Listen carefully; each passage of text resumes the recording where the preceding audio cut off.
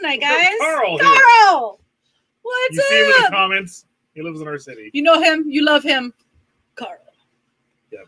All right. So tonight we are going to talk about Dr. Jack Kevorkian. The angel of fucking death. Yep. And we have a person who's just staring.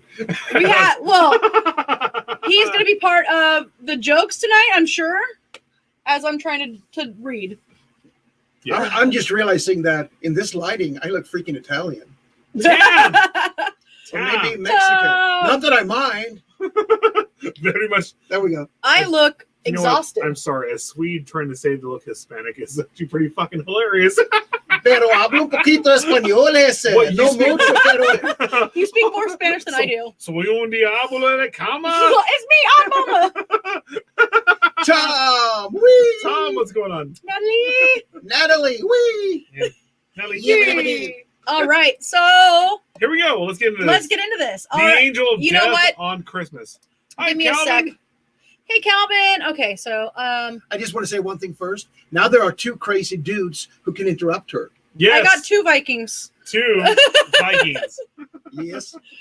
So We have actually a real Viking from Sweden, and I am Yeah, just, born and raised. I am just a person who is a descendant of a Viking. So there Yeah, you go. but you look more Viking than I do, and I that's think so so. wrong. I think so.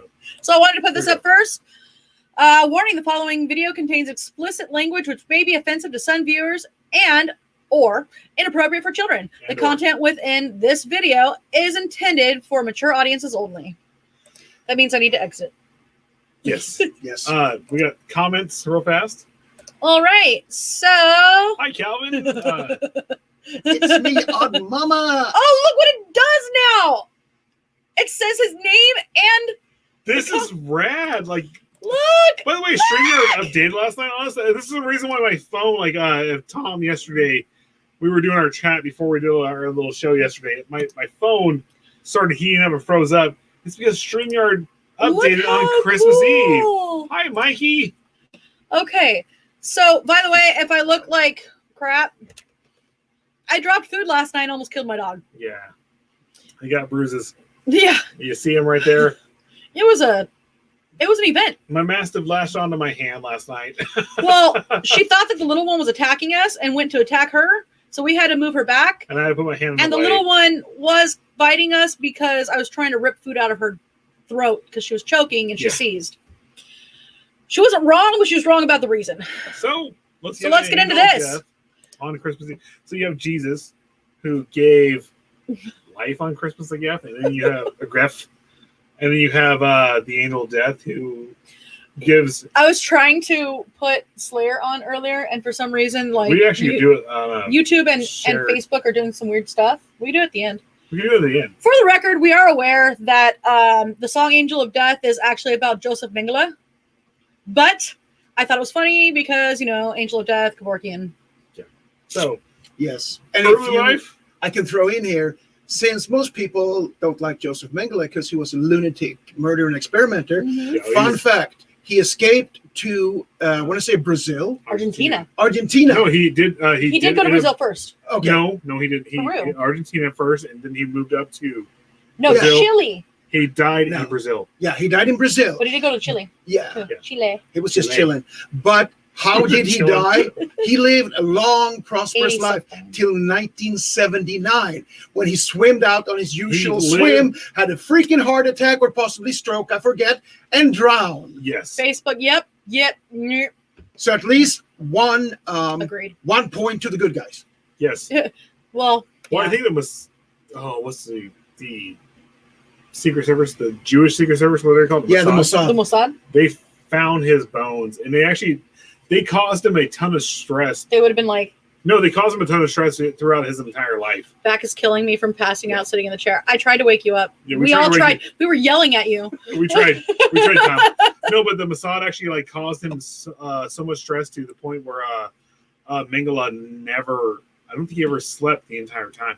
Well, I'm sure he did. thought But he was going to die every single night, didn't so he was sleep on well. the move for the most part. So, fact checker disagrees.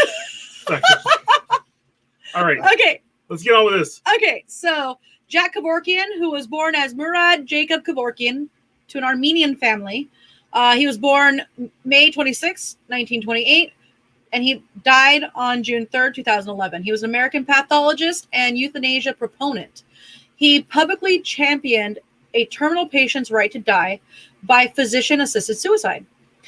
He embodied his quote, "Dying is not a crime." Kevorkian said that he assisted at least 130 patients to the end. He was convicted of murder in 1999 and was often portrayed in the media with the name Dr. Death. There was support for his cause, though, and he helped set the platform for reform, which I will actually address at one point. I have the assisted suicide law in Oregon. Mind you, he was in Michigan, but he was one of the proponents for it, one of the main proponents for it. A lot cooler if he was Dr. Satan. Dr. Satan! Dr. Satan! It's a reference to... Doctor Muerte. There you go.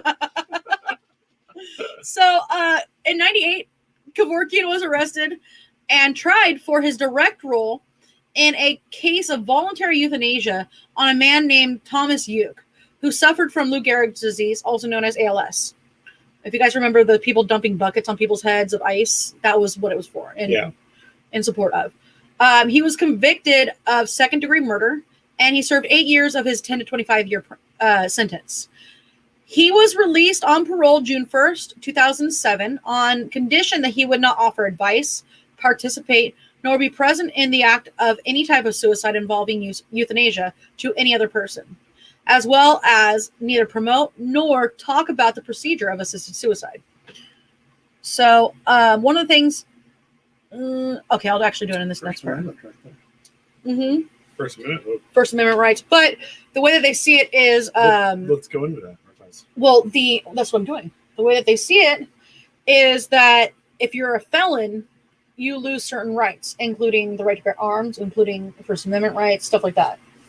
And they can order you to not be able to do that. You know, that's actually one of the things I don't agree with it necessarily, but I actually have like an argument with conservatives on, because I am slightly libertarian, right leaning, but I'm more right leaning than him. When it comes to actually to rights, when it comes out when you get out of prison and stuff like that, like you actually, I'm sorry, if you serve your time. I mean, I get that too. If you serve your time, you pay your debt to society, your rights should be. No, I get that. Like I said, I don't agree with what they're doing there by controlling somebody's and don't get me wrong, voice or there are I know people are gonna bring. Sorry, go ahead. I'll bring up what you're gonna bring. These guys are so adorable. It's even better in person. Okay. No. Carl's always in the comments, and he's here right now. See Shaw immediately. Censor. Go ahead. No, okay, so I don't agree with what they're doing with limiting people's rights, constitutional rights at that, by saying you can't participate or talk about something, or that you can't own a weapon even though you served your time. There's certain jobs people can't have. Well, obviously, I don't necessarily agree with them having government jobs, but at the same time, there are people who didn't get arrested for the shit they did and went into law enforcement and have made a huge difference. And my thing is, look, if you're a pedophile, put a bullet in your fucking head. Mm-hmm. I don't give a fuck. Everything else after that, you know what? If you serve your time, you did your probation, you do whatever, and it's been years and years later, and you actually proved you're a actual member of society, you get to actually vote. You get to have your gun rights. You get to have everything else. There you go. Done. Yeah. Sorry. Go ahead. No, I was just going to say that this thing about, if people commit a bad enough crime like pedophilia, kill them. I actually oppose that for the reason that there's something called tiger cages they used in Vietnam, which is not tall enough to stand up, but it's too narrow to sit down. So you're kind of crouched. So you force them into the tiger cage. Yeah, and you're like up against these rails all the time. You know what? I agree with this. So you are basically going to die after years and years and years. Deforming. Yeah. And you know what? Actually, let's go a step further. If you're a pedophile, there is a way. We can go a step further. If you're a pedophile, let's go and put some punning sticks under the nails, slightly under the railings right there, and then you can die of you can die of not sitting down infection. Right? Yeah. Then again, and I don't know how far we can go on Facebook, but we can go as far as we want. With Yeah. pedophiles, we go as far as we want. but I would say that, and I want to be fair for the thing I'm thinking about right now, and I'm getting to a point, believe it or not. I think we'd have to supply free tampons. Why don't we put them in a cell block where there is a large number of males who prefer gay sex and have large genitalia? Could you imagine that? Could you imagine that? I'm sorry you're a pedophile, but I'm sorry that you're in this cage that you cannot sit down in and you cannot relax in. And I'm sorry your that, bed is pressed up. and I'm sorry that I put pungent sticks in there with my fecal matter on there. But here's a tampon. Have fun. Yes, Here's and a here are tampon. your two best friends for the next 20 And years. they're gonna This is Billy fucking Bob, murder and this you. is Leroy. Exactly. See, I want to be Pedophiles. politically correct there. Yes. No, you're right. You're right. Okay, I'll try to shut up. Okay, before no, this don't. explodes. So no, I got this. So his early life and education. Kevorkian was born Jesus in. Christ. We went off pedophilia, and we're back I into told you Dr. he was Kevorkian. born to a Armenian family, but he was actually born in Pontiac, Michigan, to Armenian immigrants, which we know as present day Turkey. His father, Levon, was born in the village of Passan near Erzurum, and his mother, Satanig, was born in the Armenian names are pretty village fucking complicated. of. It's up there with Russian names. Were born in the village of Goydon near Sivas. So his father left Armenia during the Ottoman Empire Jesus and made his Christ. way to Pontiac in 1912, where he found work in an automobile foundry. That is some history right there. His father left Armenia during the Ottoman Empire. His mother fled during the Armenian genocide. I was going to say it was a good thing that they left because the Ottoman Empire decided, oh, we're at war. We're being pushed. Mhm. All these minorities. Let's kill 2 million Armenians. While we're Hey, fighting. Ryan. Cool. Sorry. Ryan's in Pontiac, Michigan. He currently lives there. Cool. He currently lives there, yes. So you probably know a little bit about this I'm because sorry, this is I famous. love his Picture. fucking picture. I should have been here on the day when you do German stuff. It is Goydun.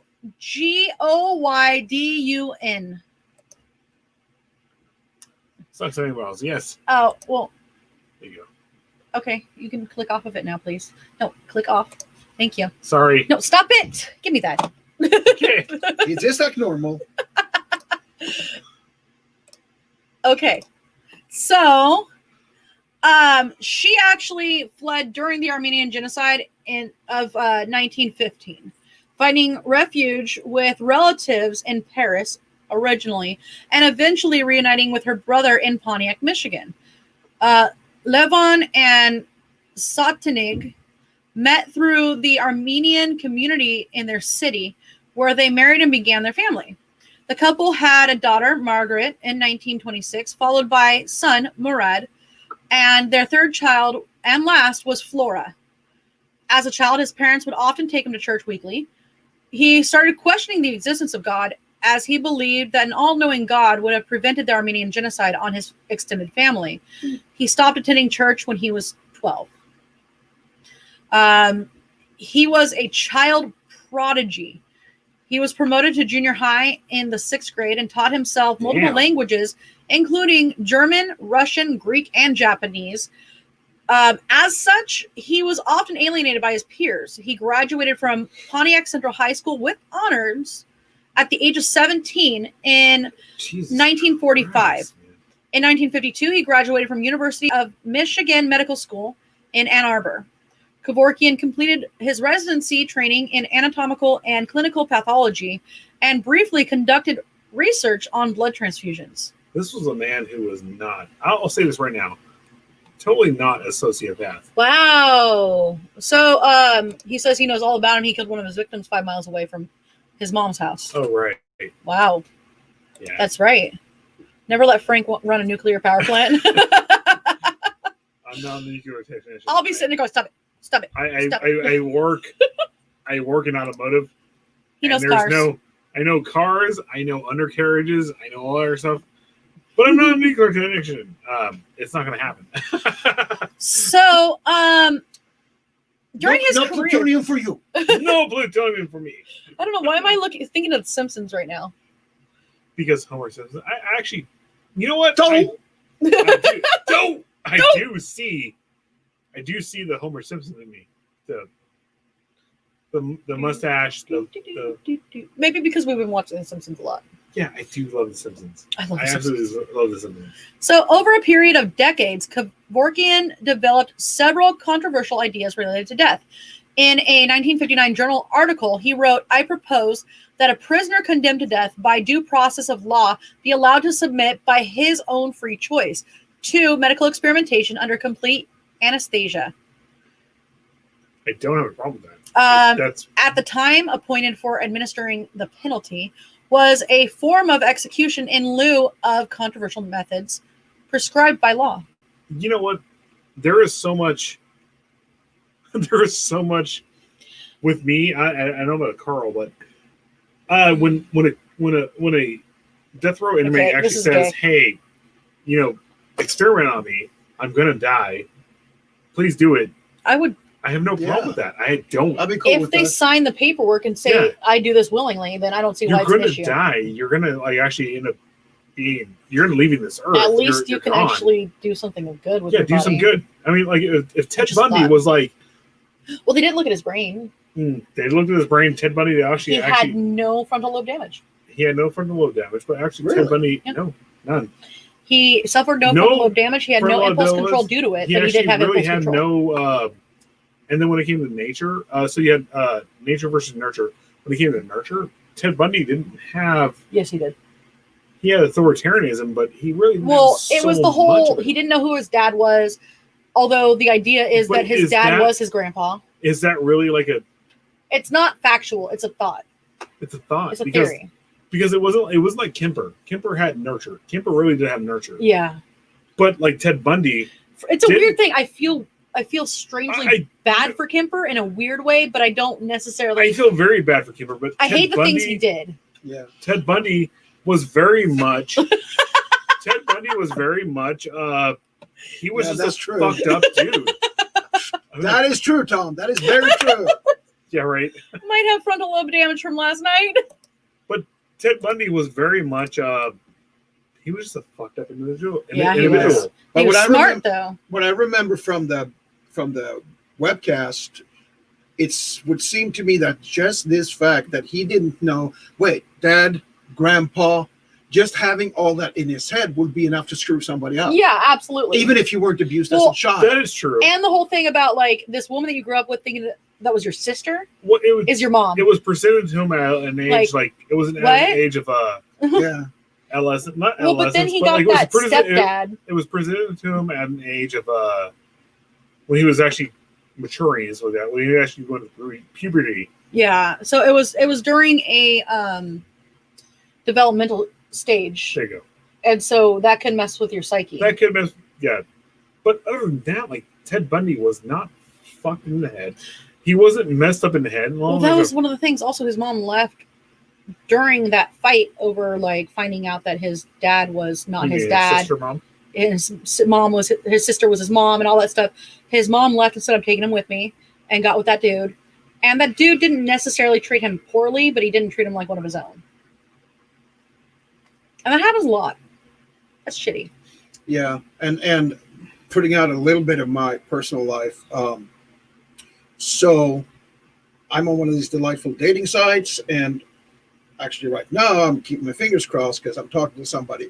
But one of the things I put on these horrible profiles where you have to tell everybody who you are is well, since we're talking anyway, had a vasectomy, can't make babies, don't want any more babies. And I put, if you have babies, I will treat them like they were my own.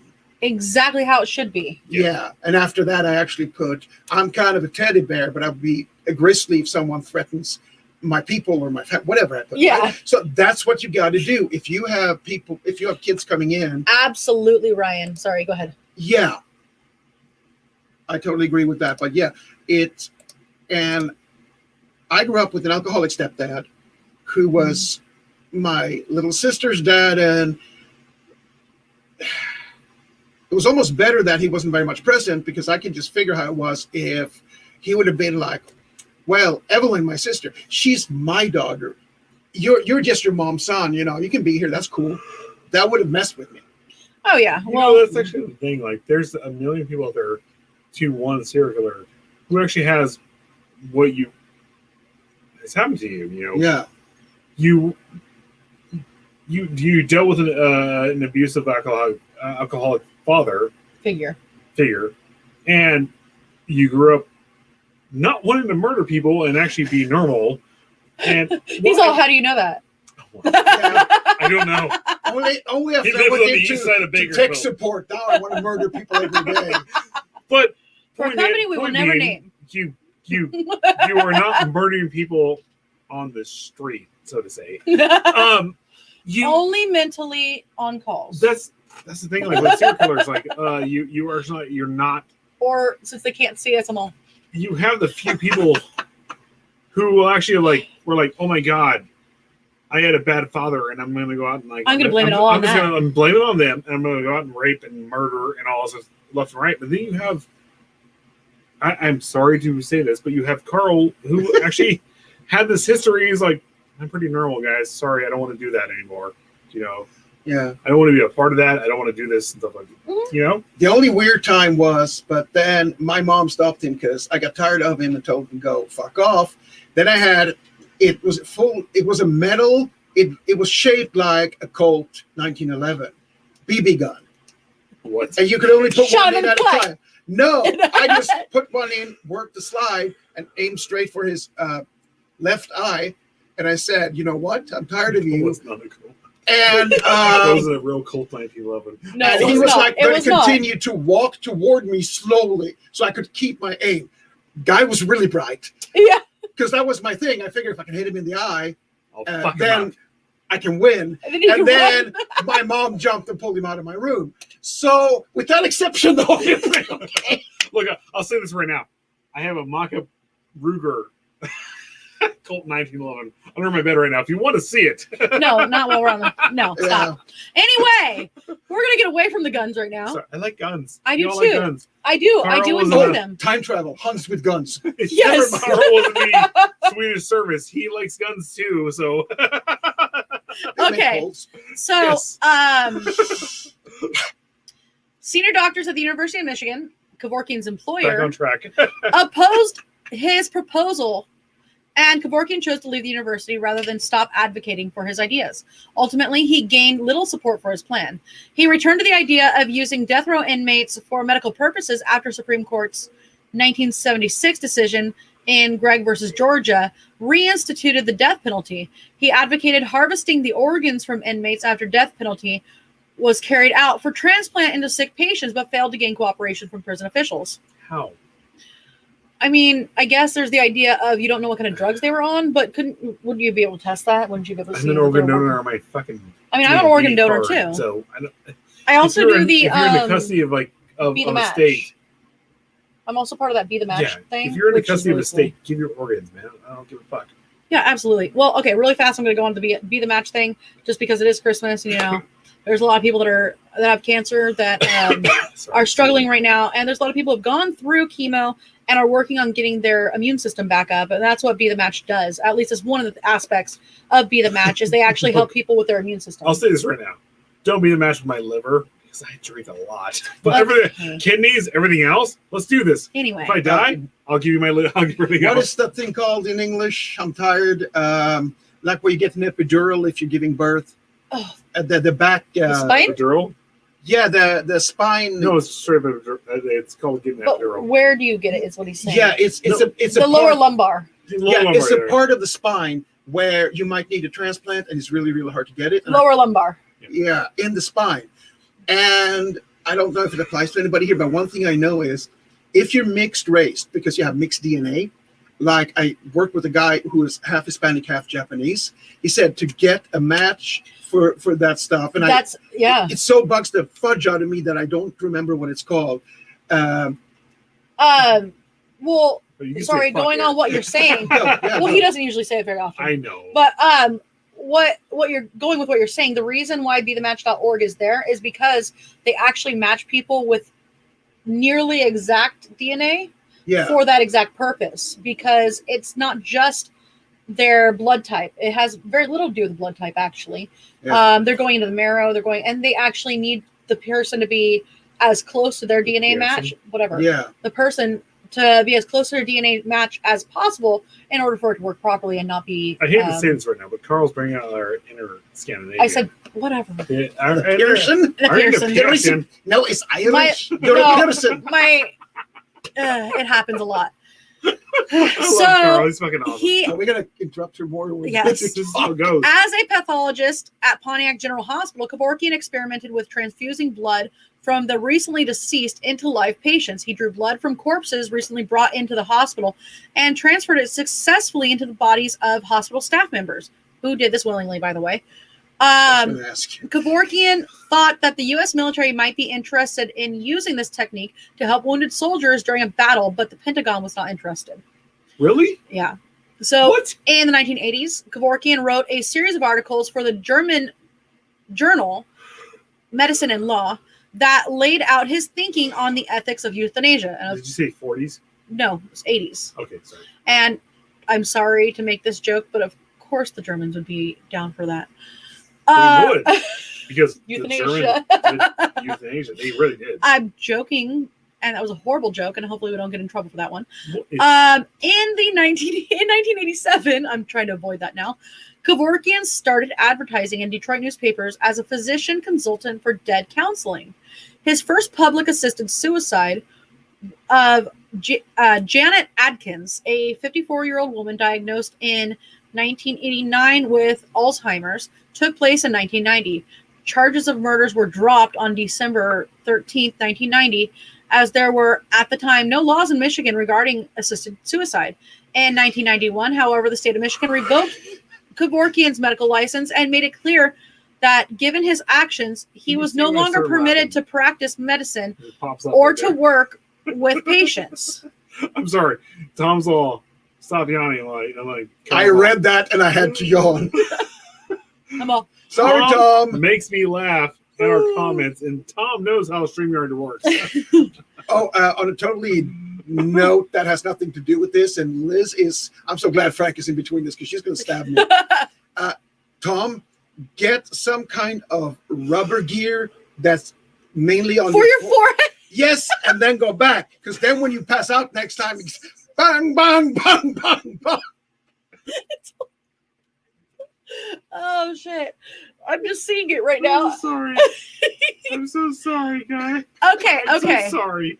I didn't mean to, So but okay. So according to his lawyer Jeffrey Feiger, Kevorkian assisted Sorry, assisted in the saying that. deaths of 130 terminally ill people between 1990 and 1998. In each of these cases, the individuals themselves allegedly took the final action, which resulted in their own deaths. Kevorkian allegedly assisted only by attaching the individual to a euthanasia device that he had devised and constructed. The individual then pushed a button which released the drug or chemicals that would end his or her own life. That was very much. Well, we're going to get into that. Sorry, the deciding factor here. Mm-hmm. So keep in mind what I just said. I said he may have attached the device and he may have created the device, but he did not push the final button. And he allegedly assisted only by attaching. And Well, he he- allegedly helped these people. No, he actually did. Stop. It was said by his lawyer. He allegedly did these Whatever. things. It came out to him like if the guy didn't want, like, he started to do stuff, he got put in his machine, like he didn't want to do stuff. He would say, okay. Okay, I'm gonna get you out of here. Let's get you to the hospice, back to the hospice, and all that. You know. We are going to go by what Dr. Kevorkian's attorney said. Okay. Yes, very Yes. much so. So, Defense attention. 2 deaths were assisted by means of a device which delivered the euthanizing drug intravenously. Kevorkian called this device the Thanadron, or death machine. The Greek thanatos means death. So other people were assisted by a device which employed a gas mask fed by a canister of carbon monoxide, which Kevorkian called the Mercitron, or the Mercy Machine. The Thanatos actually has very much relevance. Sorry, Tom. The Thanatos actually has very much relevance in. No, let's not talk about Thanos, please. It does. Thanatos. Yes. Okay. Thanos. Thanatos. Brought death. That's exactly why they named him Thanos. I know, but it also actually very much has a. Just to let you know. I know. I get that. Okay, guys, here's how this works. She's whispering shit to him that she thinks you can't hear. Oh no, I did that on purpose. Okay. But doesn't it have actually very much? What was the golden bowl called? You know, where the brass bowl where they actually boiled and It was not boiled. just called the I think it was along the same lines. brass bowl. Whatever. Fine. Footer. I mean, Fine. Go ahead. I'm full of bronze, history. I'm sorry, it was the bronze bowl. I said brass, which is not bronze, but I fucked up. I'm sorry. Okay, so He's confused. She's sarcastic. Welcome to the show. Welcome to the show. so Kevorkian said, "My aim in helping the patient was not to cause death. My aim was to end suffering. It has got to be decriminalized." So something that I want to kind of go on a detour when here. he said decriminalized, he actually had a couple lawsuits prior to this. So assisted suicide has been legally allowed in Oregon, not Michigan, since November of 1997. The process of physician-assisted suicide, PAS, is rather lengthy and complicated. The patient must be diagnosed with a terminal illness and have 6 months or less to live, and a second doctor needs to confirm this diagnosis. Yes. Some of the backgrounds on it is in November of 94, the Oregonians, people in Oregon, voted to pass an initiative measure which allowed terminally ill patients to request a prescription of lethal drugs from a physician by which they could commit suicide. With the passage of Measure 16, Oregon became the first jurisdiction in which the world, whatever, I need something to drink, in the world to legalize physician-assisted suicide. The measure was quickly challenged in court in August of 95, and it was declared unconstitutional based on the Equal Protection Clause of the 14th Amendment. The judge's opinion stated, and again, judge's opinion, hey Ray, stated that Measure 16 created a classification of people terminally ill diagnosed with less than 6 months to live who were treated differently by no longer qualifying for protection against suicidal impulses as do the rest of the Oregon citizens. His decision asked, where in the Constitution do we find distinctions between the terminally ill with 6 months to live, the terminally ill with 1 year to live, paraplegics, the disabled, or any category of people who have their own reasons for not wanting to continue living? So it doesn't seem like he was necessarily against it. He was more against the idea of classifying it with a certain time frame at the time. Well, he knew people with Lou Gehrig's, people with he actually knew. Well, this the is time frame. He actually knew when this they isn't actually. Kevorkian. Oh, sorry. This is the judge that was against it in Oregon. But yeah, it sounded like he didn't want to be. He wasn't necessarily against the idea of the assisted suicide, but he was saying that it was taking away people's protections of the ones that that were like, oh, well, you can't commit suicide. We're putting you in the loony bin or whatever. And then it was like, oh, I get what you're saying. Yeah. So, people who actually fuck his life. I'm just going to murder myself. And they're saying that they're like, not protected by it. Yeah, if you're completely healthy and you're I don't want to be a part of this anymore. And I'm going to put a gun in my head and yeah. Oh, sorry. So I hit his arm. Then you touched his leg. Woo! Oh wait, what? I'm sorry, we're on camera. Damn. Well, the district court's decision was appealed to the Ninth Circuit Court of Appeals, who dismissed the case in February '97. I hate to do this, but I got a pee so bad. Oh my gosh! So the appellate court's Did you do it in the bathroom? No, you're right here. ruling was based not on the merits of the case, but on the decision that the plaintiffs lack standing to challenge Measure 16. The case was then appealed to the U.S. Supreme Court. In 97, Oregon legislator returned to returned it back onto the ballot in November of 97 for reconsidering and the repeal as Measure 51. The repeal effort lost. The U.S. Supreme Court declined to hear the case. Assisted suicide became legal in Oregon in November of 97. Immediately following the repeal defeat, Congressman Henry Hyde released a letter from Thomas Constantine from the Drug Enforcement Agency. Constantine, in response to questions of Congressman Hyde, interpreted the DEA's response if controlled substances were to be used for something other than a legitimate medical purpose. The DEA's assessment is that delivering, dispensing, or prescribing a controlled substance with the intent of assisting suicide would not be under any current definition of a legitimate medical purpose. As a result, assisted suicide would be, in our opinion, a violation. So that was, damn it, Frank, pull up those pants. I'll tell him when he gets back. It's okay. So in June of 98, Attorney General Janet Reno issued her opinion which overturned the findings of Thomas Constantine. In August of 98, Senator Don Nichols and Congressman Henry Hyde introduced the Lethal Drug Abuse Prevention Act, which would have outlawed controlled substances being used for assisted suicide.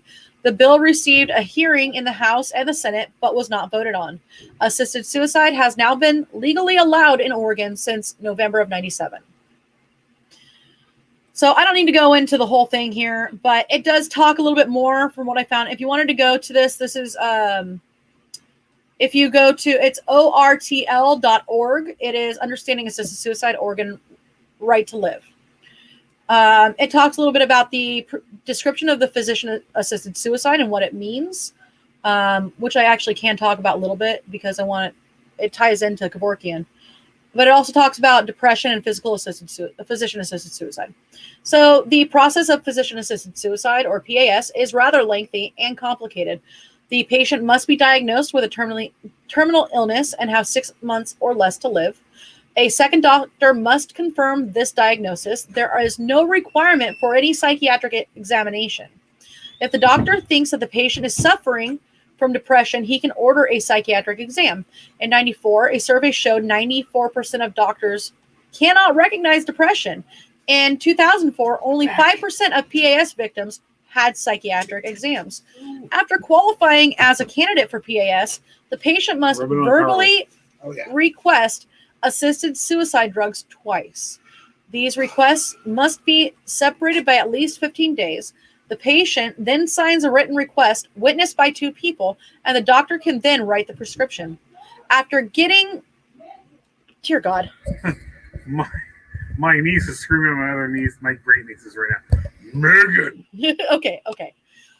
So after getting the prescription filled, the patient may take the drugs at any time, immediately or at a later date. The doctor may not administer the drugs. The patient must take the drugs by himself or herself with the help of nobody else. The doctor is not required to be present when the drugs are taken.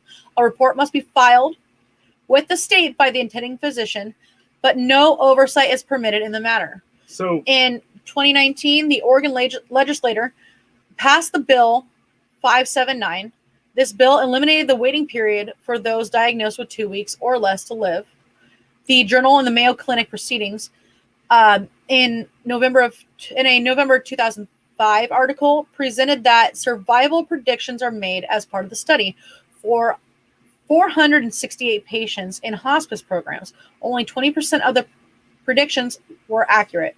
While it is incredibly hard for physicians to accurately prognosticate someone's life expectancy, it is not incredibly hard for a person in a position of influence to bully a sick person into obtaining lethal drugs. Eliminating the waiting period will make this easier. So what it sounds like is like Oregon's like, hi Sharon. Hi Sharon. Thank you. Thank you so much. What it sounds like is like Oregon's like, you know what? Being that we're Oregon and like we actually don't give a shit. We actually have very liberal gun laws. This guy is actually going to go out and just murder his own fucking brain regardless. Why don't we actually make it easy for them and actually make it painless? Yeah, because exactly. at times when you. Why did the MASH song just pop in my head? Na na na na na. Suicide is painless. Exactly. It brings so I love many MASH. changes. I love it. MASH is one of my favorite. By the way, songs of look all up the time. lyrics to MASH. We're not wrong. It I've is because watched- suicide is painless. I've watched MASH like 3 or 4 times, probably actually 10 times. You want to know what made me know the lyrics? Real fast. Stewie. It's like Oregon came up was like, you know what? You're gonna have some times when you actually go out there. If we don't help them out, we're gonna have the. Oh, Patty. What the fuck?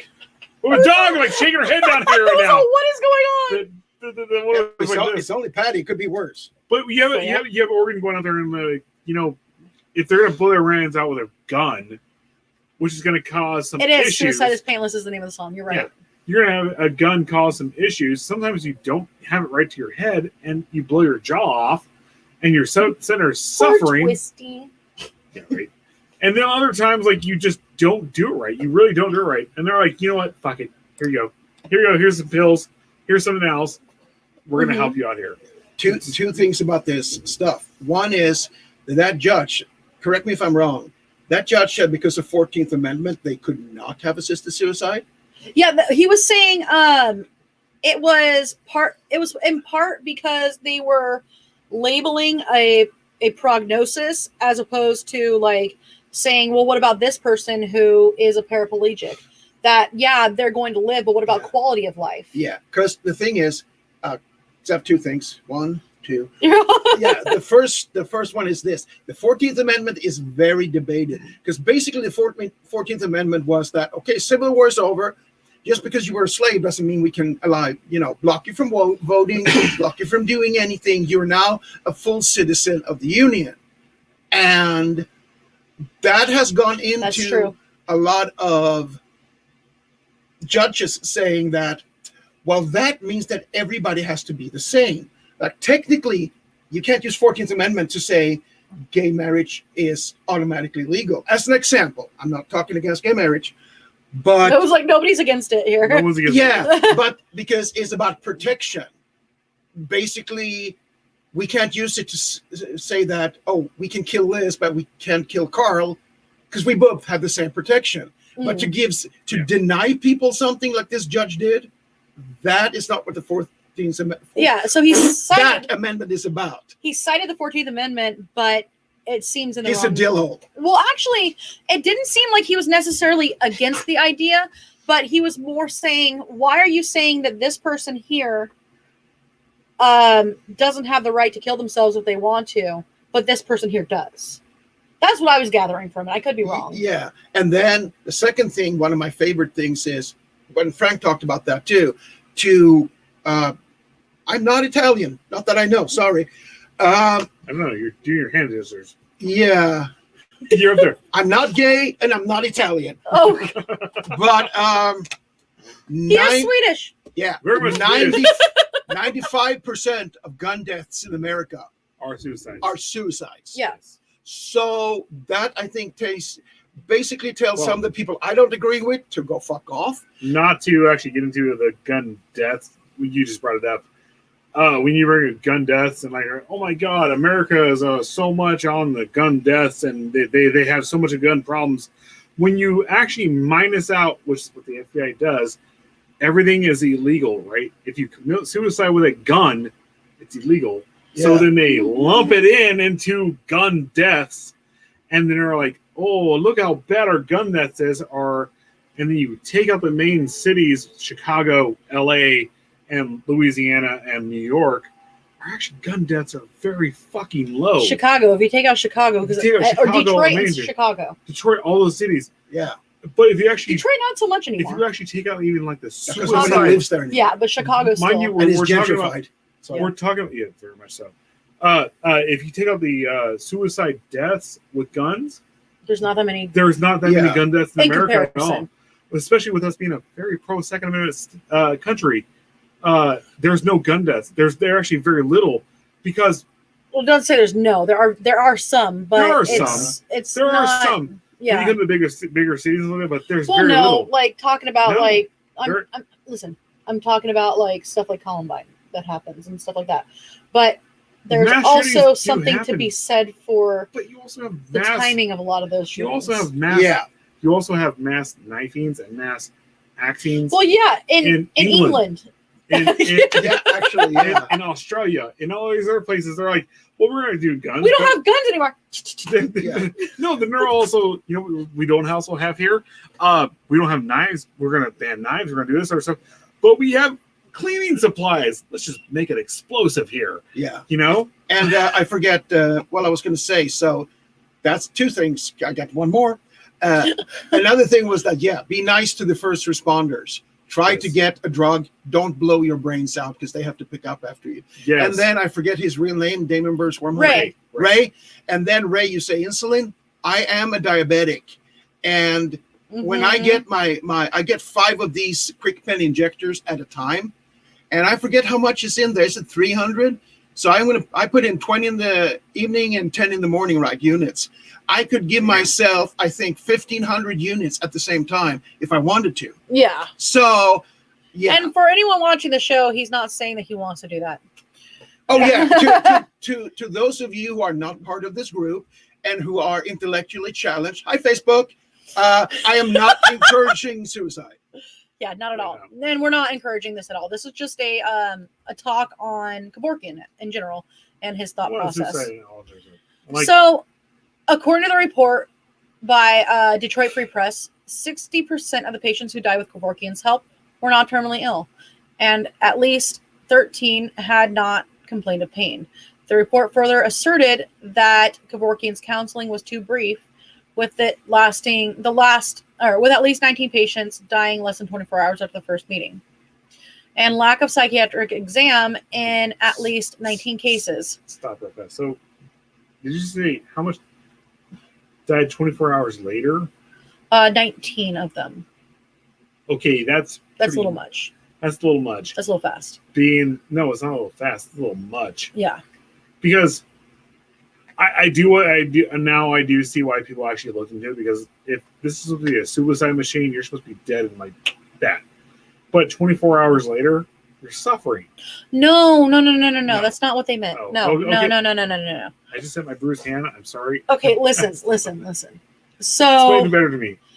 They're saying is that he was doing counseling. Adorable. And they were saying that it was too brief of counseling. That he prescribed he went and gave the drugs or set up the machine within 24 hours of the first meeting. So they're saying that he didn't give them enough time to talk and say, and for him to come to the conclusion that they didn't have any psychiatric issues, as opposed to actually being terminally ill. For some reason, it clicked in my head. It was like 24 hours later they died. No, they didn't die painful deaths. They died quickly with his machines. But they talked for 24 hours. They talked only less than 24 hours prior to the death. Yeah. And so 5 of which involved people with histories of depression, though Kevorkian was sometimes alerted that the patient was unhappy for reasons other than their medical condition. In 92, Kevorkian himself wrote that it is always necessary to consult a psychiatrist when performing assisted suicide because a person's mental state is something of paramount importance. The report also stated that Kevorkian failed to refer at least 17 of his patients to pain specialists after they complained of chronic pain, and sometimes failed to obtain a complete medical history of his patients.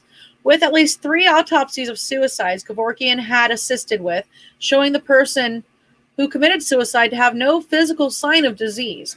Rebecca Badger, a patient of Kevorkian's and a mentally troubled drug abuser, had been mistakenly diagnosed with MS, multiple sclerosis.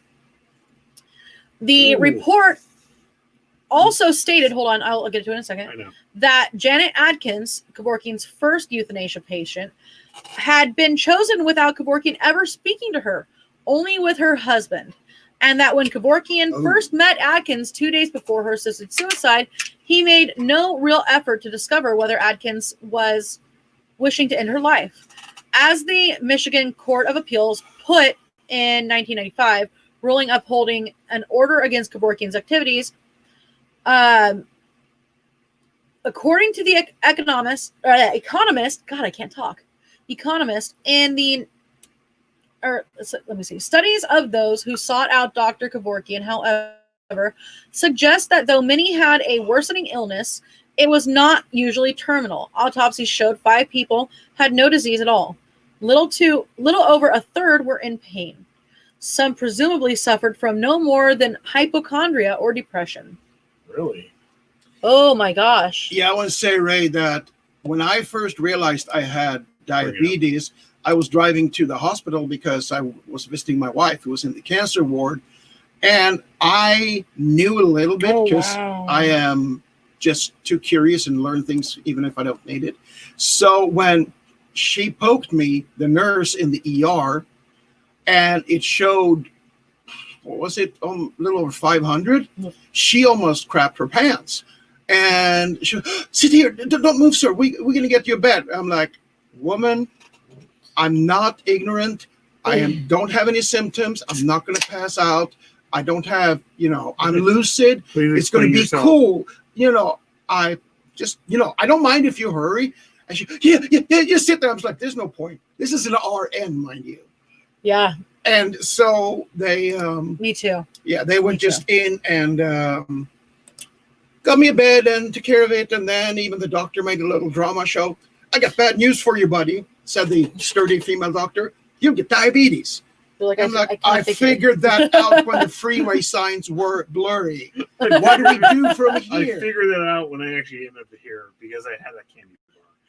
Yeah. So basically, yeah. So 1,500. Now that's my point. I actually had a point when I started saying this. Is that 1,500? I Yeah. already brought it up. Yeah, that's when they need to take care of him. I'm better sorry than about that. Yeah, exactly. I'm really sorry about that. Yeah. Hey, Carl, what the fuck? I'm adorable too. Tom. Sorry. Yeah, Tom. but you're not sitting right here. But Carl's right here with us. Yeah. So, let's see.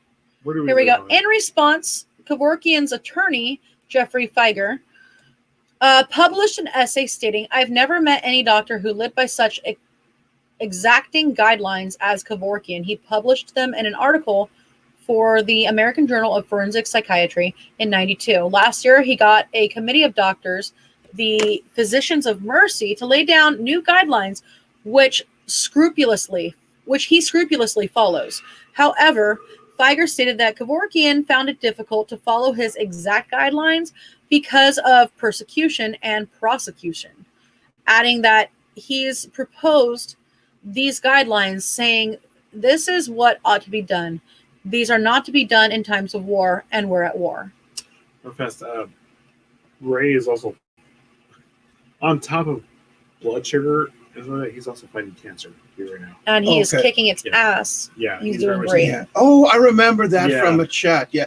Yeah. And Ray, I'm assuming that if you're hypoglycemic, I'm assuming you always have a candy bar or something. Please. Yeah, ready. Or you have a beer. Why have I? Don't drink beers. So. No, I've always heard cancer, the. If you have all that stuff, don't drink beers. No, I've heard a payday is actually good for like blood dropping. But you get both sugar and protein. Even jam. Just well, but I mean, like something to keep in your pocket. One of the things my grandmother actually. I remember one of the times she was having an attack and all that stuff. So I actually ran over an episode. I actually ran over there with her. I actually barely remember strawberry jam. It's one of the reasons why I actually put strawberry jam in on a lot of stuff is because of that. I actually remember I ran was that your dad's mom? No, my I was wondering because that jam that I found that was strawberry was your dad's. No, I put that on the ham tonight, which Carl's getting a lot of tonight. He's getting so much ham. Strawberry ham tonight, which we didn't touch. I ran over to my grandmother. I was like, here's some strawberry, here's some peanut butter, and my grandmother literally started taking spoonfuls of it, and it's actually started helping her like that. Oh, that's good. It was pretty amazing. Yeah, it's almost easier, and Ray might have a different opinion because he might be more. Being hypoglycemic is when you have low blood sugar. Mm-hmm. It's almost easier because you can stuff a lot of stuff right in your face, and it takes it up. But me, if I have a problem, sometimes I'm like, because I do 2,000 milligram metformin and 30 units of insulin. I don't know my hand. Yeah, Ray, that's awesome. And sometimes I'm going, this is not good. I might have to what do you call it? ration my Oh, my insulin Oh, later, but I forgot Tom's dad is diabetic, majorly diabetic, Mm-hmm. and He's yeah, battling cancer. and leukemia as well. yeah, Tom. Prior to Tom's shows, if you guys don't know, Tom takes care of his dad. I don't know if he wants that. What's her name? Odd mother. Yeah. Susan. Natalie. Natalie, hypoglycemic. Mm-hmm. Yes. I actually dealt with that quite a bit, and lately it hasn't been an issue. I get my blood checked every time I go to the damn doctor. It hasn't been an issue because I'm chubby, so they assume I'm diabetic. We actually do. Aside Shocking, from right? fast food, aside from the fast food we eat here and there, we actually do eat right, Natalie. Like we I actually just eat a lot of it. we do the vegetables and all that stuff, and we do the hen nesters and the Italian food and I'm Sicilian. I gotta do all this. Idea. Except for, he's starting to get used to my pasta cooking. I'm not a fan of pasta.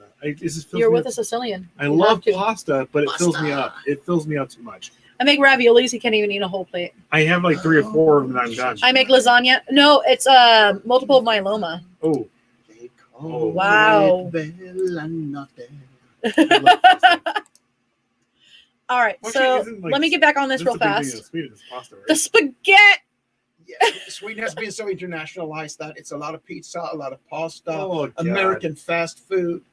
I do love pizza. Yeah, but one of our Facebook friends just posted something a couple of days ago. Like my buddy, because she's from Sweden. Oh, Becca? Yeah, and she posted making Swedish meatballs. But the funny thing is, she also had what we call plättar, like tiny thin pancakes, about maybe 4 or 5 inches wide. And there's a special iron for that. That is actually not Christmas food. That is stuff you would have for wanted it. for breakfast. we do that here. We actually do the little pancakes and all that stuff too. Yeah. Well, And no, but he's saying that it's not a Christmas food, but she did it for the Christmas. She did it for Christmas. I've done that year round. I never knew that was Christmas food. Sweden was Catholic up until, I don't know, late 1500s, and we still had a Catholic thing where you eat Holy shit! I'm so sorry. Yeah. My dad was a Vietnam veteran. Oh my God! Oh shit! Vietnam. That was a major. Okay, this makes me seem like the total youngin here. I guess I am. I have all the answers if you have questions. No, my grandpa was in Nam. Can we get to something? And hold on, real fast. I know I will do it in a second. My grandpa was in Vietnam, and I tried to ask him about it one day. Like we were doing a report, and a friend of mine and I were doing a report, and I was trying to tell my friend, hey, so he has ringing in his ears, and I know I told you that before, but don't mention it. Okay. Apparently, he jumped on the phone as I was saying that. He could not get the ringing to stop for weeks, and I felt so bad. But a caisson went off, and he wasn't warned. What was the hill he was on? It was the Hamburger Hill. No, he was triple nickels. No, what was the He hill? was in the Battle of Caisson. Oh, sorry, you said it. But a caisson is there's 2 major battles. rolling there's 2 major battles cannon. that happened in Vietnam. Yeah. But he was in the Battle of Caisson. A caisson is a rolling cannon. So their army song was "Over hill, over dale, we will hit the dusty trail as And the the caissons caissons are are rolling rolling along." Yes. Yep. My dad. Well, hold on a second. One thing, real fast. So he is deaf in one ear, but he was triple nickels. He was amazing.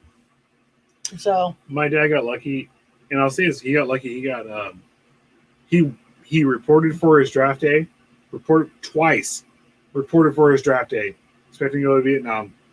Prior to he reported to draft prior to Vietnam happening. He said your feet are flat.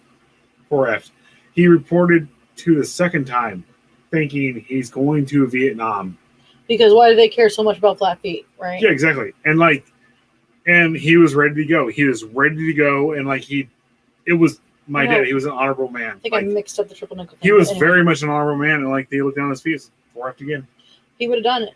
You know he would have. He got, for me being a 1981 baby, I got lucky. Yeah. Because if my dad went to Vietnam, I don't know. I don't know if I would be here right now. Landing zone expert. Wow. Yeah. Odd Mother says that her dad won't talk about Nam. I was lucky enough that my grandpa was willing to talk about it, but I also didn't ask very probing questions with it. Bringing it to my. I had a. I know my dad was in the service, and he died last year or in 2019. But even bringing it to him, asking him, Dad, did you go to Nam? No. And there was no explanation. There was nothing else. It was, no, flat feet, I'm done. That was it. Because he wanted to go. Yeah. He would have been happy to do it. He was very much a patriot. Absolutely. He would have went. Well, so one other thing that my brain just gave out. Give me a sec. Sorry. I'm all SMC. Oh, can we unplug it? Gotta do the NVRAM too. He goes to me, and they're like, I gotta reset the NVRAM. everything with the go Okay, forward. remember, Option, Command, P, R. You to me, like, they're like, No. You gotta hold them all if together. the draft's going to happen to you, Frank, what's going to happen here? No, you like, have to hit I'm power going to the first. fucking Navy because I'm a fucking Viking, and if I'm going to go to the draft, I'm going to do what I want to do. Hello. 'Cause Okay. I love Okay. the Navy. So since the goal here is to interrupt Liz from Apparently. Dr. Kevorkian, 2 quick stories about Vietnam that are actually funny because they don't take place so much in Vietnam. 2 guys I worked with, same company by the way, KBS, oil fields, vacuum trucks. Oh, yes, really. Yeah, horrible place. They were Very much so. Yeah, they paid well. Yeah, back I in know the day. KBS. I used to deliver parts to them. Oh, yeah. So anyway, one of the guys, all his buddies, this is 1973, all his buddies were like, oh, we're going to enlist so we don't go to Vietnam. So they went Air Force, Navy and stuff, which, I mean, you could technically still go to Vietnam, but it was less chance. At least you weren't. It was mostly Army. Yeah, 11 X-ray infantry. And they told him too, like, hey. Navy was on the rivers. Yeah, you should do this. I had a teacher that was Navy. They were all in the rivers. Yeah. If you He was a listen to river rat. Navy, That's my second story. Don't blow it. sorry. Yeah. And so they said, come on. I forget his name. It's a Hispanic dude. And he said, come on, let's do this. And he said, no, I'm not going to do it. And one day, all of a sudden, the principal of the school tapped the microphone and said, and by that, almost every single male classmate had enlisted already. Attention, by executive order of President Richard M. Nixon, the military draft is abolished. And They were all stuck in the military Yeah. still. But the funnier part, which you alluded to, this guy, I remember his name. His name was Art. His dad was hard ass, borderline abusive. Oh, you're talking back to me. I'm going to drag you to the army when you turn 18. So he said, I'm not going to go to the army. You don't tell me what to do. So he went to the Navy. River rat. Yep, it's called the Riverine Patrol. And if you watched, what's that movie? Apocalypse Now. What? Apocalypse Now? Apocalypse Meow. Yeah, Apocalypse No. Meow. It's They were just all rivers one and big rivers. freaking barge with a 50 cal Yeah, and no they're real just protection. fucking murdering everybody. That's what Art did for 18 months on the Mekong River. Okay, that was the thing. Okay, like, so I have a funny story. that was the thing. Like with when it came to with the Gulf War and all that stuff, with the Operation Iraqi Freedom, it wasn't that.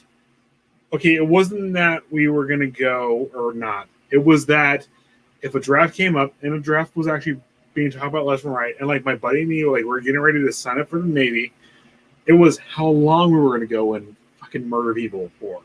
I was like, okay, if we go in the Navy, we know we're going to be on the sea, we're going to be on this, doing this, or we're not. We're going to go for only 6 months. But if you go in the Marines, because that was another thing I was actually thinking about, we're going to be there for fucking 2 years almost. So it was like, do you want to go into the rivers of a desert here and there for 6 months and then go back and launch missiles? Or do you want to go and actually be in country for fucking 2 years almost and this didn't come out all whatever, Oh, shit. Ray says he comes from a long line of military. Grandpa, World War II and Korean War, Marines. Look, I mean no disrespect listen. to what I'm saying. Listen. Gosh. Sorry. Marines from 39 to 61. He was the first landing at the Guadalcanal and 7 major battles, including Iwo Jima.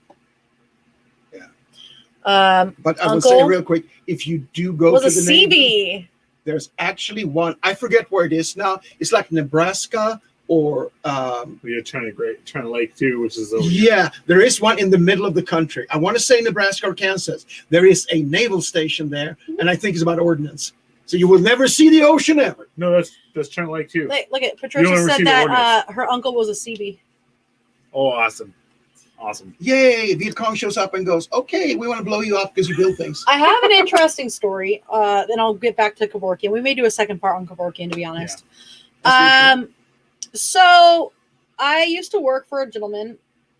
Okay, this will make you laugh. I should just say I got a job working on cars, and these 3 gentlemen taught me how to do it. The first 2 were Elvis and Melvis. Not even kidding. They were identical twins. Elvis and Melvis. And their names they were black gentlemen named Elvis and Melvis. Melvis has a sad story, and I haven't heard from Elvis in a long time. I should probably see if I could find him. Say hi at least. But they introduced me to a gentleman named Steve Martin. Elvis knows introduces Steve Martin. His name was actually Charles Stephen Martin, but he went by his middle name Steve. Whatever, Steve Martin. And so, Always, Tom. Always. yeah, probably. I have a lot of notes on Kevorkian. So Steve, well, one thing also, his brother had ALS, and he took care of him a lot. But Steve was a Vietnam veteran who got trapped behind enemy lines for 70 days. They would try to do drops for him, and in the end, it was him and one other guy, and it was an entire company. He said the thing that kept him okay is he had a poster of Farrah Fawcett. Sweet. With the red outfit and the flipped hair. And yeah. He had that, and that's what kept him going.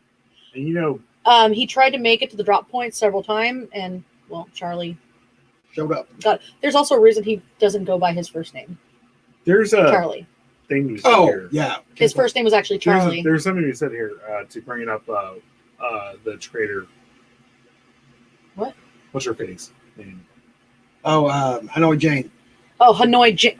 There's a reason why, if you are a fucking celeb, do not do what Hanoi Jane did. Yeah. Because these guys fucking live by you. Literally live by you. Well, that's what I mean. Farrah Fawcett literally, you know what? And that's not the only story I've heard of Farrah Fawcett basically getting people through. Any movie that came up by Hanoi Jane, I will not watch. I don't give a fuck. That bitch is fucking dead to me. From the start. No, I don't care if we're going to be censored or not. Fuck that bitch. Fuck Hanoi Jane. She's a fucking cunt. Oh, shit. Die. Ugh. Oh, my God. I'm so sorry. Ray says his dad handled Agent Orange for 7 years, and he got really sick. And it got so bad that he just overdosed on his insulin. I'm sorry, man. Yep. Yeah. Thank you, Natalie. Yep. No, I agree. I don't know how we got off on Vietnam, but I don't disagree. I'm going to get worse. I'm going to totally make sure there's a part 2. Suicide actually goes into Vietnam and all stuff. Yeah. There were a good half dozen Japanese guys who held out for years and years after the war because they were told, you do not surrender. The last guy was Lieutenant Onoda. He was assigned to the Philippines in 1944 as an intelligence officer, ranked first lieutenant of the 14th Japanese Army. And his last orders was that the Americans are coming.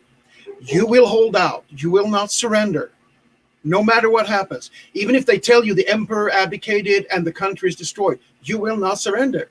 And he just said, "Hi," and he held out. And they tried to several times. They got in contact with him, and he shot at people. And he continued to get food. And I'm probably going to get choked up because that's the kind of shit I do. And finally, a Japanese biology student in the Philippines met him, and he held up his hand and said, Onoda-san, the whole Japanese nation and the emperor are worried about you. And so he let him talk. And he said, I don't believe it's true that the war is over, but I cannot surrender without a direct order because I've been ordered not to surrender. So they went back to Japan and found his commanding officer. Oh my God. From that day in 1944 and came back with him. And the commanding officer said, I order you to surrender. Keep your samurai sword, but hand over your weapons and ammunition. And he That's did. love. And they got the commander-in-chief of the Filipino Air Force, who was a major general, and he received this. This was 1974. Wow. 30 years later, and he was the last one held out. You know, actually brought that up. Sorry, that actually, where that is nationalism. There's going to be a part 2, guys. There's going to be a part 2. That is nationalism. That is love of country. That is very much. I'm not doing this. I don't give a fuck if my, I'm going to fight to the very bitter end. To have that person come back, that's very much love of country right there. Yeah, is awesome. And he was a great, as everybody who has any military experience knows, logistics suck because you're going to run out of stuff. He spent 30 years there. He tried to catch all food with traps. He had ammunition left for his rifle. Well, but that was to be used. You know what? In the anime, not real fast. He didn't have too many enemy coming by. This is so true. He also, once the war was over, there wasn't very much there weren't very many enemies that He were was coming by. He also probably in could have the used some of them. Yeah. I'll give you everything else, but those two things, didn't have much enemy coming by, and he was secluded in the mountains of the Philippines. Okay, let me just get through this part, please, guys. Okay. I'm sorry. So, in a 2010 interview with Sanjay Gupta, Kevorkian stated he's awesome. an objection to his status of assisted suicide. Kevorkian stated an objection to the status of assisted suicide in Oregon, Washington, and Montana. At the time, only in those 3 states was assisted suicide legal in the United States, and then only terminally ill patients. To Gupta, Kevorkian stated, "What difference does it make if someone is terminal? We are all terminal." In his view, Sooner or later. a patient did not have to be brutal, terminally actually. ill to be assisted in committing suicide, but needed to be suffering. However, he also said that in the same interview that he declined 4 out of every 5 assisted suicide requests on the grounds that the patient needed more treatment or medical records had to be checked. In 2011, Disability Rights and Anti-Legalization of Assisted Suicide and Euthanasia Group, Not Dead Yet, spoke out against Kevorkian, citing potentially concerning sentiments he expressed in his published writing. On page 214 of Prescription Medicine, The Goodness of Planned Death, Kevorkian wrote that assisting suffering or doomed persons kill themselves assisting suffering or doomed patients to kill themselves was merely the first step of an early distasteful professional obligation. What I find most satisfying is the prospect of making possible the performance of invaluable experiments or other beneficial medical acts under conditions that this first unpleasant step can be established in a word obituary.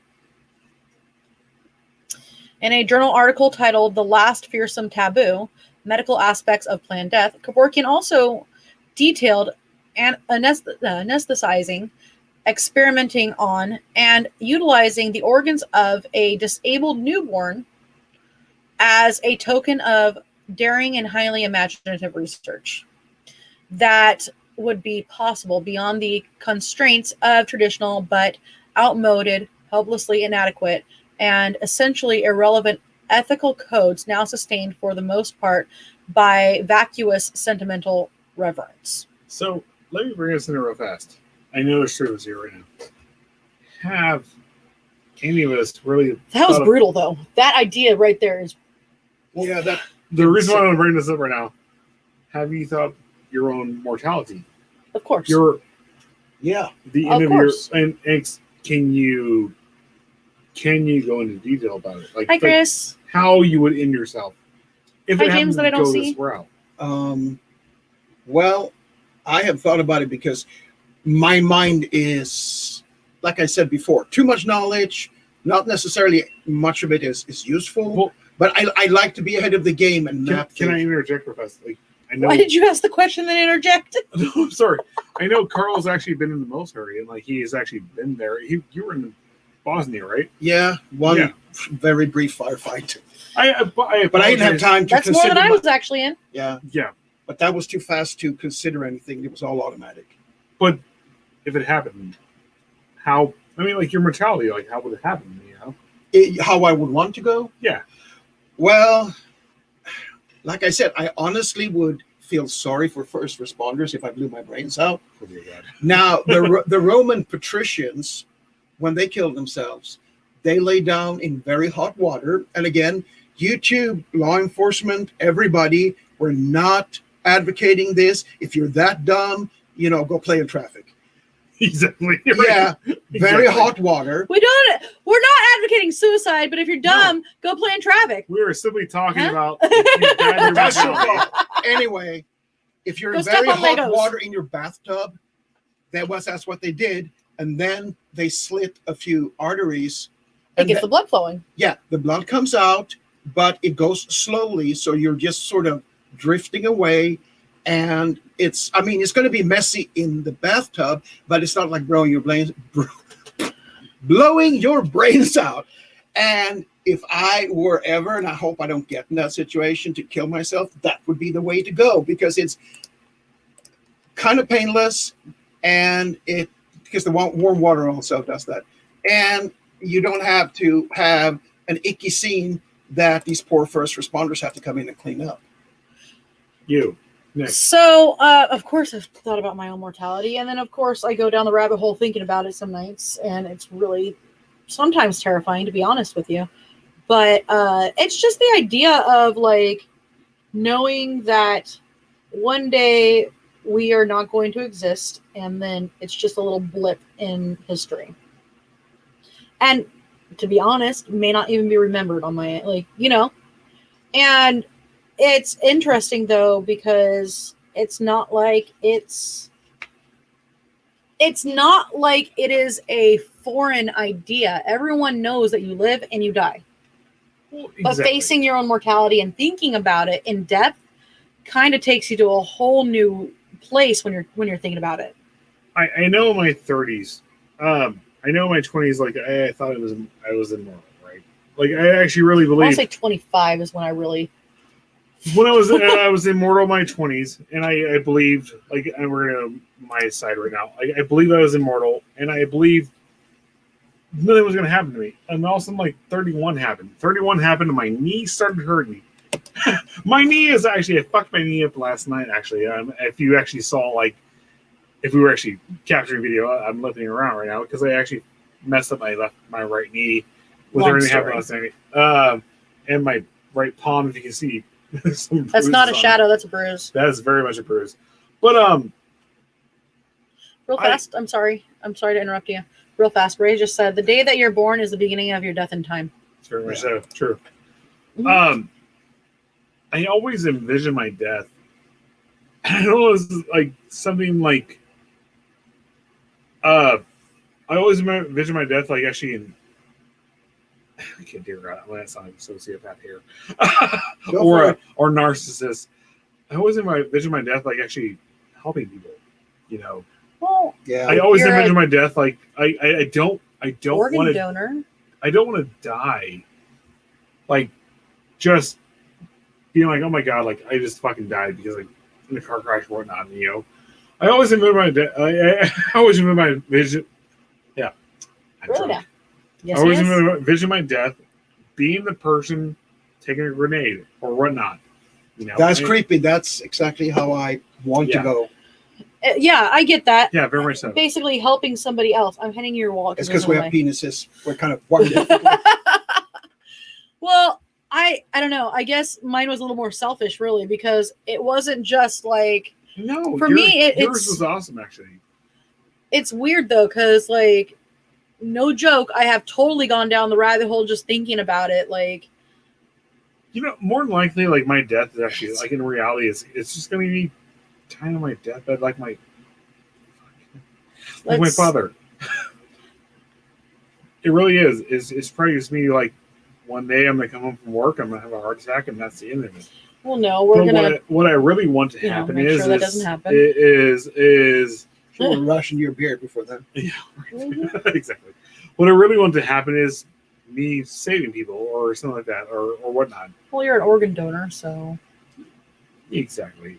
But this is no organ donor on a fucking piece of card. It doesn't mean shit. it actually means a lot. It does that. No, it really does mean a lot. Yeah, I have it on my driver's license too. If do you know? Okay, No, when I got my first driver's look, license, I actually did real fast. struggle. I am not trying Hold to on. have a fucking Hold on. therapy session here. Girl talking. You know it's not going to end well if you don't let it. All right. When I got my license, well, when I was first legally able to do the organ donor thing, it was actually a thought. There was actually a lot of thought to it because, you know, there's that fallacy basically that, well, you don't want to put that you're an organ donor on your card because they're not going to try as hard to save you because they always need organs. Dude, That have never Ray occurred what to you me. said. I don't fear death. I know the hope that is waiting for me. Okay. No, it's even more so because of what he's going through. Yeah. And Oh God. that kind of He's thing, awesome. Yeah, very much so. Ray, that kind of thing is much harder. I have almost died 3 times, and it was all very fast. I crashed a van because I was hit by another vehicle, and I had a medical passenger in it that got injured. I totaled a big rig back in 2001. There's medical transport. And I was with I-4 down in Bosnia in 96, and we were attacked by Serbs out in the middle of open terrain. And I know I it's, brought that up. yeah, just, Without you. that's okay. And there was no time to think. So it was just about issue command for skirmish line, run like hell, swing it and flank, and they ran away. And we took out, I don't know, because they escaped. But there was so much blood there, we must have killed a good half dozen. And we didn't take a single casualty. But that never really bothered me. It was just like, yeah, we did it. Okay. There's something wrong with me, but I had no nightmares, no nothing. No. We just Nothing did wrong it. with that. And There's nothing wrong with that because like Chris So- Kyle was the exact same way. Like, yeah, all but over like it. with Ray or other people, when there's leukemia, slow things. My wife spent the last 3 years of her life in bed, and she finally died when her breathing stopped because she had severe breathing problems because I was staying in bed. Now that's much worse. Mhm. And to be a little funny, the thing in Bosnia, when we finally did that and drove them away and went into a perimeter position and called for help, they sent out Swedish unit in Bosnia was attached to U.S. 2nd Armored Division. So the first thing that showed up was 2 fucking Apaches that went in low. One circled over us, the other one flew east toward where the bad guys had left and circled there. And then a complete mounted mechanized infantry company showed up to cover us, and then a couple of trucks so we could ride back. Okay, that's badass. That is so badass that sort of Hey, Sykes! made up for it, because that was like a movie at the end. That's awesome. That Yeah. is badass. I'm sorry. That is totally badass. Yeah, that probably helped the psychological situation. Oh, I'm sure But it did. What I'm saying is, to those of you guys who have talked about leukemia and slow, and like with me and my wife, it's not hard to be a hero or do stuff or survive it in a boom situation. I mean, unless you get crushed. If I'd been killed in Bosnia, yeah, that wouldn't have been easy. If I'd been killed by the damn big rig I totaled, yeah. But if you survive, it's no big deal. It's the long-term suffering that I feel for, and that's And the what survival. yeah, it's painful. It's just so horrible. See, Well- that's the thing. Like Liz, like she brought up, like, I'm sorry, buddy. That's okay. I'm sorry, man. I'm sorry. He's petting on me. No, I know you were there because like the one thing that I actually like when it comes to like military and stuff like that, I don't pretend. All I do is say, hey, thank you for your service. You know, like when this stuff happens, I'm like, In case you guys didn't know, all I Carl's can a do is total like badass. listen. All I can do is listen. Not, You know, not anymore, but Still a total well, yeah, badass. you're the gut. We all got the gut. got- I got the titties in my gut. Mine's more with the jiggly. upside crosses and all stuff. Yeah, but But no, I have A cups with my gut. You have like triple Q. So, triple Qs. so one thing you was get actually away. pretty funny was like when Liz was like, she was like, "Hey, I have a friend who was in he was in the Swedish military and he's Swedish right now." I was like, "Oh, really? He was in the Swedish military?" I was like, And then she's like, "Bosnia." I was like, "Oh fuck." Yeah. I was like, "Never mind." I was like, he was waiting to crack jokes, and then he was like, "No, let me Oh, talk to him Bosnia. because this guy, I need to listen to this guy." Yeah. Because like, for the most part, when it comes to the Swedish military and stuff like that, I was like, whatever, you guys are guarding your borders and stuff like that. But when he said Bosnia, I was like, this guy is 10 years older than me, and he was there, and I was like, I will never, ever fuck with him because this guy knows his shit. Full disclosure. I was all 13. While Yeah. we're at it, full disclosure, I was at that point a second lieutenant in a communication position, and I wasn't even supposed to do patrols. But I asked my superior officer, "Can I tag along on the patrol?" Oh wow! And he said, "Yeah." Speaking of another army girl, Shara! And I was told, "Yeah, do that. But remember, the troop is 2 squads. You don't have it in the U.S. Remember, the troop leader, he's 1 rank below you, but, try to let him do it. Don't lose face." And so I wasn't even supposed to be there. But when shit happened, I just looked over at him. Okay, so they would actually attack peacekeepers, but they would do it in a place where we could take cover. Because the order was always take cover, calling an airstrike. That airstrike came out of Aviano, Italy. There were F-16s on burner. It took 20 minutes. oh wow! And so they just used to do it just to remind us peacekeepers that we don't want you here. Always the Serbs. And in this situation, they hit us in open terrain, including dropping mortar rounds behind us. So they meant business. Oh shit! Shit. Damon, Oh, bring it up, holy bring it up. shit! bring it up. Okay, so 1997, my heart stopped from lung shutdown. I was pronounced dead on Easter Sunday. Of all 2000, I was shot and stabbed multiple times at Walmart. 2001, 2 heart attacks and a stroke. 2004, multiple myeloma cancer. 4 years treatment. 2020, diagnosed with full-blown leukemia. Bro, I think you're too stubborn to die, my friend. exactly. It's 2020, And and you're still here. he just said he was diagnosed this year with leukemia. Oh Yeah. bro. And of man. course, Easter Sunday. fight. If you're going to You be got told this. you're dead, wait, Right. it's Easter Sunday. And he I'm rose coming from back. I'm sorry, but Go. yes, That's fucking Oh, it's great, got a right? spot. There you go. that's awesome. Ray, Man. you are a total badass. Yes, very much so, dude. You really are. Dear God, man, Ray. Way more of a badass than I am. You want to know Yeah. what happened when my puppy almost died Here's- last night? I Here's screamed. some upside down crosses and titties and some bruises on my hand. There you go. Yeah, no. So, me having training in a lot of things. When my puppy almost died last night, I screamed and tried to rip the food out of her throat, and it didn't work. And she was still seizing, and she pissed all over me. And then we just pushed the food down her throat. And his she's all- mom is the one who did that. yeah, she's all, I feel fine. She I'm got gonna go up back to and doing what I'm doing. she was fine, but yeah, Ray, you're a total badass. But honestly, you're a badass. This guy's a badass too, man. Hmm. Yeah, but I didn't have a choice either. That's why I like to say, Were like, you- okay, like were where you I drafted? was, Were you Where- drafted in the Swedish military, or were you? yeah, but everything else was volunteer, National Guard, and going down to Bosnia. Is it okay? Question. There's a lot of different state or countries where it's like a mandatory 2-year. Yeah, For everybody. we had mandatory between 7.5 and 15 months, Okay. but they have stopped that since, and they're stupid. I thought But they my started point- again. my point is this, I I didn't- don't agree. I don't disagree with a mandatory 2-year draft. I really don't. I don't disagree with it. I actually think people should be drafted for 2 years and At some of the least, country. yeah. Yeah. Yeah. I don't disagree with it, but I was afraid of it back when I was a kid, but at the same time, I was like, well, when we drafted, I'm going to Navy for 2 years. You know, I know some it's the people that exact same are. thing. I'm serving my country for 2 years. I don't disagree with a draft for 2 years. I know some people who are Lebanese that apologize go for home That's okay. for the same purpose. I know people who are, of various different countries that end up going home for the same purpose because they still had citizenship over there. Yeah, So they have to fulfill definitely their believe. Yeah, Definitely Their need that's it. very common. yeah. Yeah. But Okay. you were drafted.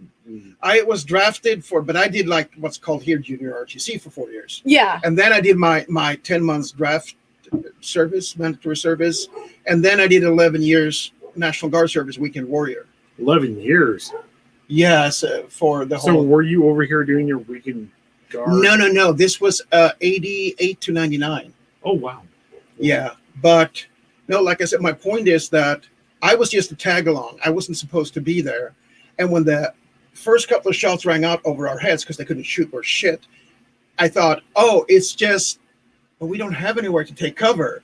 And then mortar rounds starting hitting behind us. And I'm going, this is all like 2 seconds, okay? They're actually trying to kill us. And I turned my head to the guy who was the nominal leader. Yeah. And he's staring over at me. So I'm going, okay, one of us got to do something. So I just commanded out what in English probably would be skirmish line, follow me. And then I went sideways, flanked them up, and they ran So away. that whole Let me wait. interject with that. That whole thing that you did was your idea too. Well, when you're a communications puke, you only have some infantry training. They give you enough to take care of yourself. Mhm. Can I bring it up real fast? I actually liked practicing flanking. Did That you was do the always same fun. thing like all of us do who are farm boys? Like, these motherfuckers Well, don't know how to shoot as farm shit. boys. We're gonna go sneak up on them and just blow their fucking brains out and hunt them. Yeah, He's all yeah, basically. yeah. But that was automatic training Aaron. and Hi, a Aaron. little bit of panic. And to the other guys, he was a second lieutenant and he was the nominal troop leader. Once I got the Real skirmish, fast. yeah, Me saying like farm boy, like I was a farm boy too, but I'm not at your level. Do what you do. no, but I'm not at I'm that. just saying that. I right am now. not at that level I was then. This was like that's what I'm trying to say. Well, I'm proud of it, but it's more a knee-jerk reaction. But in that guy's, I wouldn't say in that guy's trait when you don't know him, but I like to emphasize this. Once I got the skirmish line running, I looked over to the other end of the skirmish line. He took his position there, and that's where the deputy unit leader's always at. So you can keep good. Same thing when you're moving on a column, leader first, deputy leader back, right? It was good that you were there. It gave him the jolt that he needed to remember what to do. And yeah, Someone's knocking on the door. All right, I guess we're Well, done. hold on a second. Hold on. So anyway, so that's again, that was so stressful that helped me do it. But for the umpteenth time, guys who have to fight long-term shit, that's a different story. And that people who have that, and like my wife, wake up in the morning and can push through. That is just freaking fantastic. No, the cancer thing. I was like, yeah, Chandra is a farm gal. yes, she is. she was out there with me. Yes, I see that picture. That is Shauna was the opposite awesome. of me. Like Shauna went into the military. She was Army, whereas I just went out and shot guns, and I didn't go into the military. There's Ray. With the Oh, chaos nice. stuff. Hell yeah. Thank That's you, right. Ray. Awesome. Hey, Dustin. Yeah, Shauna went into she was in the military. Her like being in high school, she went right in there. I love when she was showing us her tattoos, and I was like, Yeah. God damn, girl, look at those muscles. And I remember like she came over for the first night. I was like, She has her unit patches. I was like, Tattooed. Right here. yes. I saw a guy years ago outside Walmart in the east part of town, my Walmart, Mhm. and he had complete in red and yellow colors. He had which let me see, is it Currently a farm gal. what do you call it? They call it Lance Corporal in the Marines. Mhm. You had the Lance Corporal thing, you had Do you Judas know where, SNC, everything. Wow. Do you know in where full Green, colors. do you know where Green Acres is?